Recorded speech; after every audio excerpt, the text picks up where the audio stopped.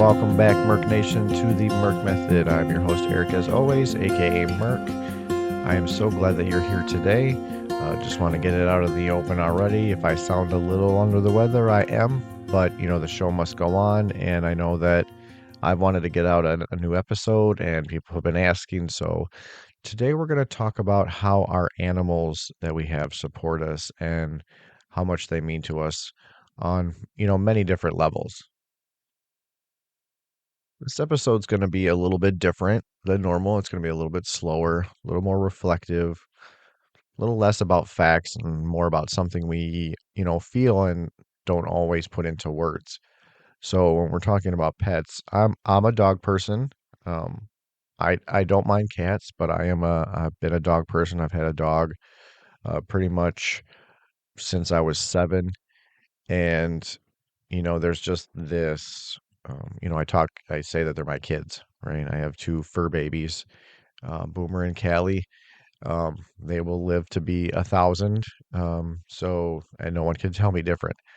But they give you that comfort when you get home. I have one dog who loves to hug, and I have one dog that loves to just lick your face until no end. So I got a little bit of both. But I wouldn't trade either one of them in for anything. They are so sweet. Sometimes they can be a little stubborn. Boomer is usually the stubborn one, but you know, they mean so much to not only me, but to the rest of my family.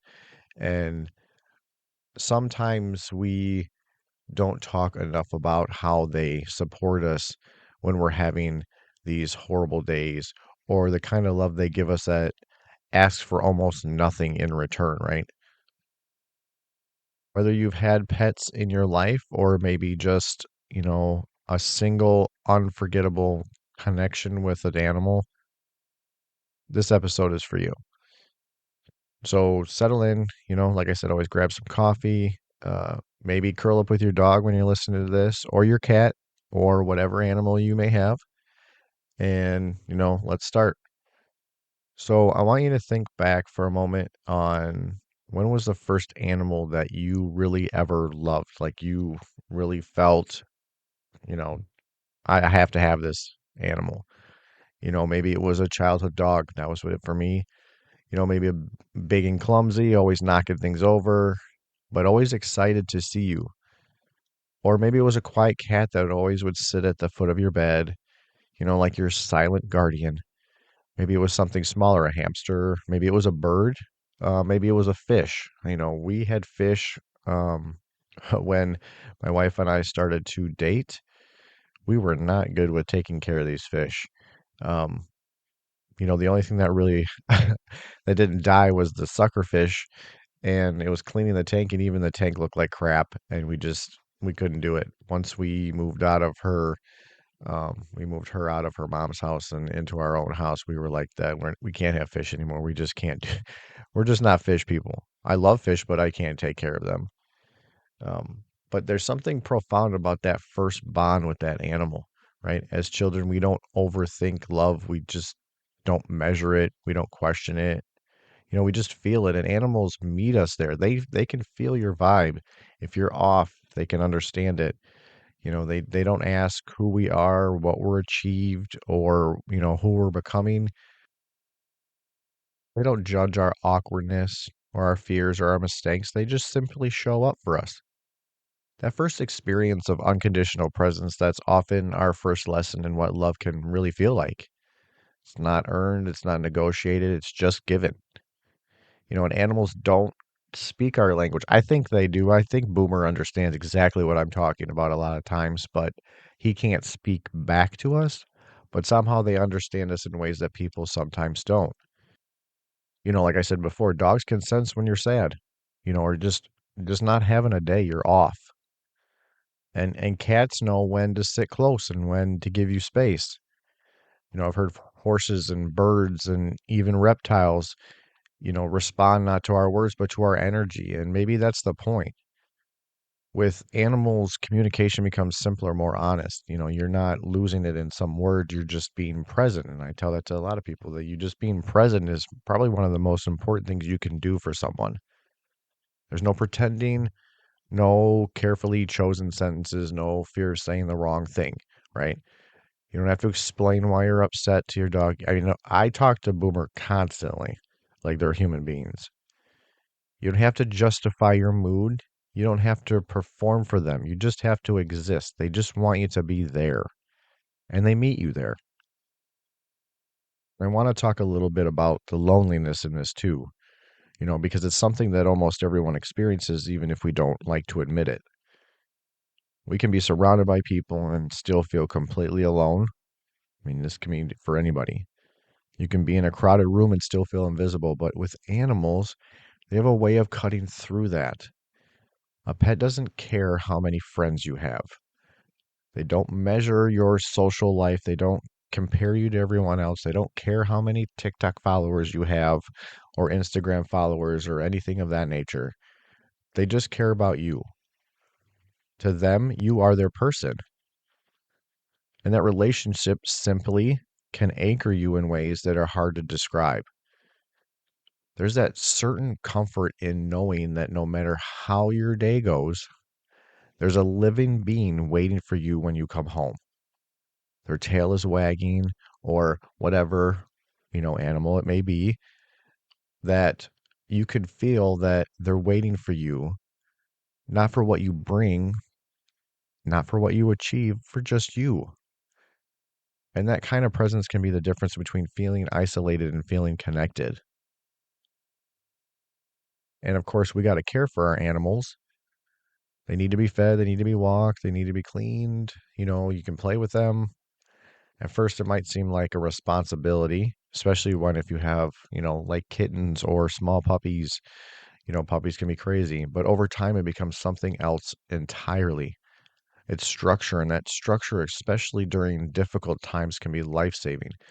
Boomer came into my life when I was severely lost. And, Boomer really gave me hope, on a different level. And that's what animals do. He never asked for anything in return. He just wanted me. And it's never stopped. It's such a heartwarming thing to have that understanding when you come home that he'll be there. And I know that it's going to come a time when he's not going to be there, but I'm trying not to think about that because I want to be present with him now, right? And I've been in that situation where I've lost pets before, and it's rough. With my dog that I had when we first moved into our house together, me and my wife, that Zoe, she was like our first kid. And I remember we had to put her down, and I cried the hardest I feel like I've ever cried for an animal, to be honest, um, and almost even a family member in the parking lot. And I did not see that coming. But, they grow with you, they're part of the family. But that's just that love that you had for them. That's why it's so emotional. That's why it hits so hard. But remembering their times with them, because again, they're part of you. They're part of your heart. They're part of your family. And, being present with them and just giving them that unconditional love that they want to give to you is so important. When everything feels chaotic, when your mind is overwhelmed and, your motivation kind of goes away, animals pull you back. They get that burst of energy. They want to play. They have you to get up. You have to move. You have to step outside, even if it's just for a few moments. But those small actions, they matter. They reconnect you to the rhythm of life. Morning walks, evening feeds, the predictable grounding routine of caring for another being. It's not just about them, it's about what they quietly do for you. And I know you know it deep down. This isn't anything that you know, don't already understand. But people, they talk a lot about how your animals are your emotional support system. But animals have been providing it long before we gave it a name. They sit with us in, our hard moments. They're close to us when we cry. I've watched Boomer support the kids and my wife and myself numerous times when we have been off or had a rough day, or when my dad passed. They get it. And sometimes that's exactly what we need. We just need them to be there. There's no judgment, there's no questioning. There's something deeply healing about them being there and being seen without being analyzed, right? Because animals don't ask, why do you feel this way? They simply just say in their own way, I'm here. They'll sit there and stare at you until you give them, the attention that they want, but really they're there for you. They have that unique ability to find joy in the simplest things. And that's what I'm trying to do for myself, trying to find the small wins and collecting them. And that's what dogs do. You know, it could be a walk, a new toy. Boomer loves, he understands that I get new treats. I saw Boomer the other day laying on the back porch in the sun with his face up, with his eyes closed, just soaking it in. So simple. And when you spend enough time with them, that perspective starts to rub off on you. You just sit back and go, that's just so simple and yet so positive. The sound of leaves under your feet, that warmth of that sun on his face, the excitement of coming home and knowing they're there. Animals remind us that life isn't just about big achievements or milestones, it's about moments. Small, quiet, often overlooked moments. And those moments when you really pay attention are where a lot of happiness lives. Trust is something we build slowly with people. It can be fragile, right? It can be broken, but animals' trust often feels pure. When your animal trusts you, it's complete. They rely on you, just not emotionally, but physically, for food, for safety, for comfort. When we have storms or loud noises, Callie is very much scared. She finds either myself or my wife or either the kids really, now, if they're around, to just find that safe space, because she hates fireworks. I know there's a lot of dogs that hate loud noises, like fireworks is one of a big thing. Um, and they need that safety, and you're their safety net. And in return, they offer a kind of loyalty that is unwavering. They don't hold grudges. Although I do think Boomer sometimes does that if I don't give him peanut butter in the morning, or, let him out when he really wants to. So that's kind of a mixed bag. But, they don't bring up your past mistakes. They live in the present, they live in the now. And their loyalty reflects that. It's steady, consistent, it's real. This is the harder part, though, because loving animals also means facing that loss, like I was talking about. Their lives often are shorter than ours, and at some point, we have to say goodbye to them. It's one of the most painful experiences many people go through, myself included, but it's also one of the most meaningful, because it teaches us something we often try to avoid: that love is worth it even when it doesn't last forever, that the pain of losing them is a reflection of how deeply we cared, and that those years, those moments, routines, connections, they don't disappear, they stay with us, in habits and memories, in pictures, and the ways we love moving forward. The love we receive from our animals doesn't just stay contained in our relationship, it changes how we show up in the world. It makes us more patient, more attentive, more compassionate. I've talked about my dog so many times to other people. Um, in my previous job, it was really sweet because I was labeled a dog whisperer, because the dogs would just come in my office and just sit and lay down and follow me. And it just changes your day. It really does. Sometimes they can be crazy and, they can come in from outside and they be super muddy and run in the house and, you be ticked off for a second, but in reality, they're there to support you. They know they're there for you. They want you to be there for them. And when you experience this unconditional love from them, you begin to recognize its value and you're more likely to offer it to other people. So, in that way, animals don't just impact our lives directly, they influence how we connect with everything around us. Animals are so important. We often call animals pets, but that word doesn't always capture what they really are. They're companions, they're family members. I say they're my fur babies. I've never I've never wavered from that. They're teachers in a way. They teach us how to care. They teach us how to be present, how to love without conditions, and how to find meaning in every day. There's an interesting idea that animals reflect us, not in a literal sense, but emotionally. If you've ever been anxious around your dog or your cat, you might notice they become more alert. If you're calm, they settle. If you're playful, they will respond with that energy. All of a sudden, even if they're, an older dog, they might get this, they'll call them spunky because all of a sudden they're playing around like they were a little puppy. Our animals pick up on our subtle cues, our tone, our posture, our movement, even things we don't consciously notice about ourselves. And in that way, they become mirrors.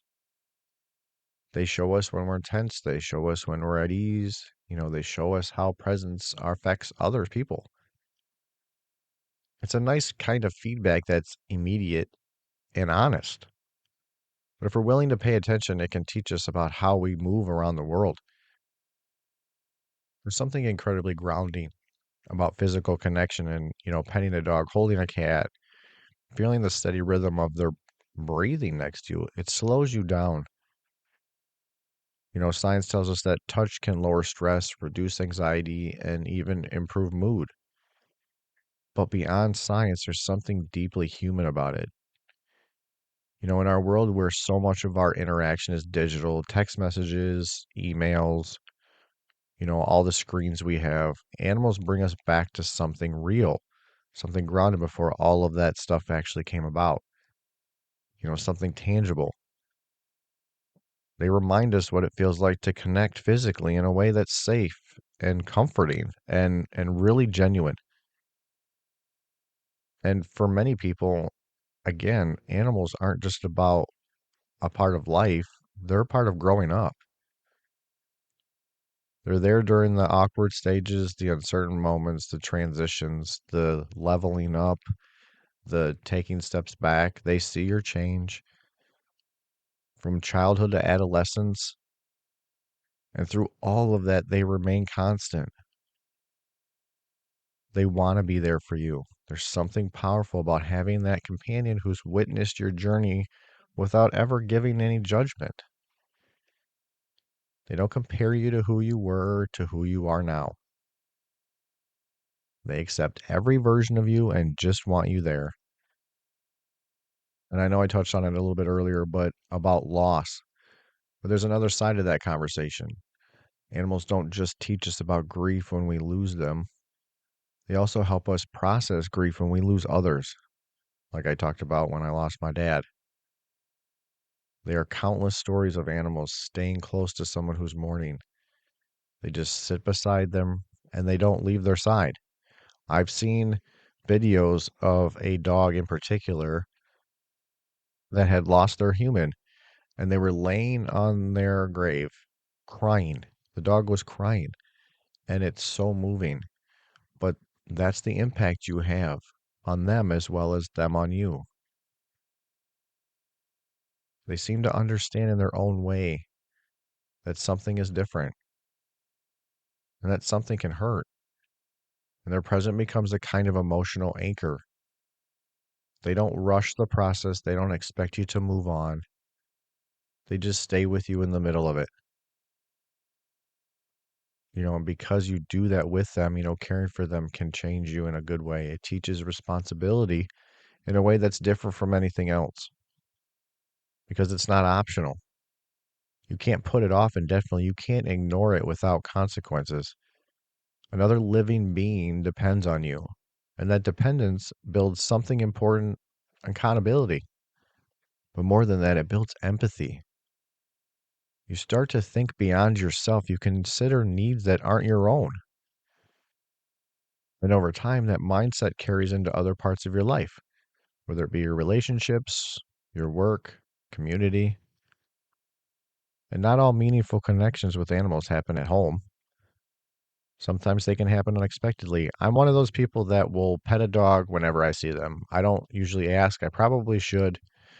I try to. I try to be nice, but I just, it's just something about, just having that connection with another dog.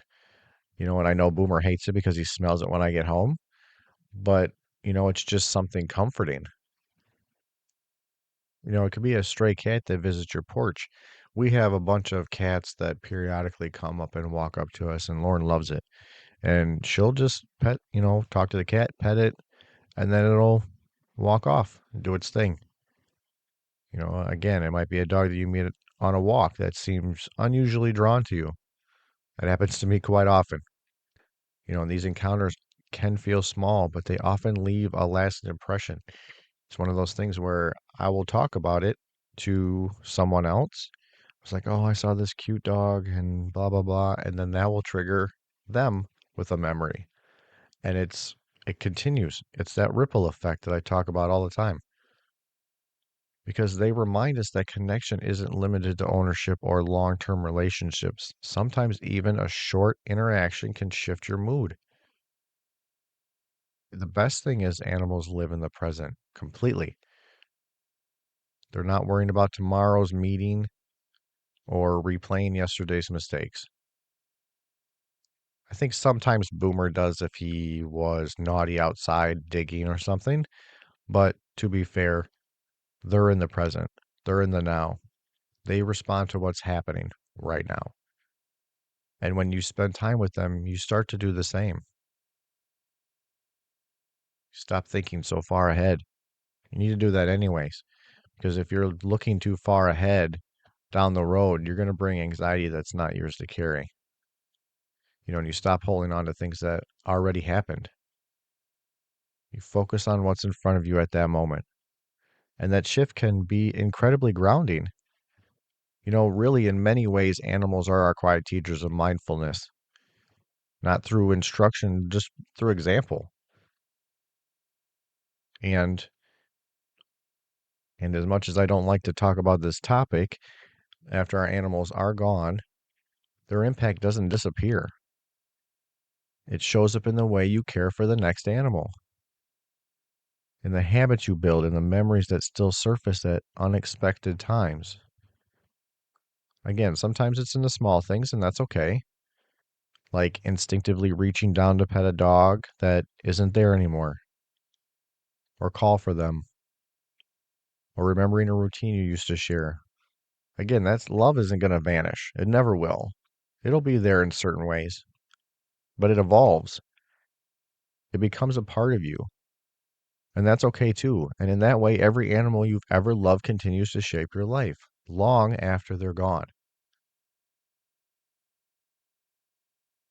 Your animals are important, and so are you. And using that importance and that love that you gave to them and using it for other people and other animals is just as important. And before we go, I want to leave you with one final thought, okay? If you've ever loved an animal, like really loved an animal, then you already understand something important about life. You understand what it means to care for another being without expecting anything in return. You understand that quiet comfort of presence, the kind that doesn't need words or explanations or perfect moments. You just being there. And maybe that's what makes animals so special. They don't try to teach us, they don't try to change us, but somehow they do both. They really do soften us, they really slow us down. They remind us that love doesn't have to be complicated to be real. And at some point, every one of us will experience the joy of that connection and the pain of losing it. But if there's one thing worth holding on to, it's this: the love you shared does not disappear. It doesn't fade away when they're gone. It stays in the way you care, in the way you notice those small moments, in the way you love the people and animals in your life moving forward. So tonight, or whenever you're listening to this, if you have an animal by your side, maybe take a moment, sit with them a little bit longer. Give them an extra scratch behind the ears. Let yourself be fully present, even just for a minute. And if the animal you're thinking about is no longer here, that love still matters. It always will. And I want to thank you for being here in this space again. I always am thankful for you for listening. If this you think resonates with somebody, I always tell you to share it with someone who is an animal lover, or just wants some kind of kindness and direction. And again, thank you for carrying that kind of love in the world. The world needs it more than ever. So as I leave you always, I leave you with this: stay grounded, stay kind to yourself, and remember, strength begins with honesty. Until next time.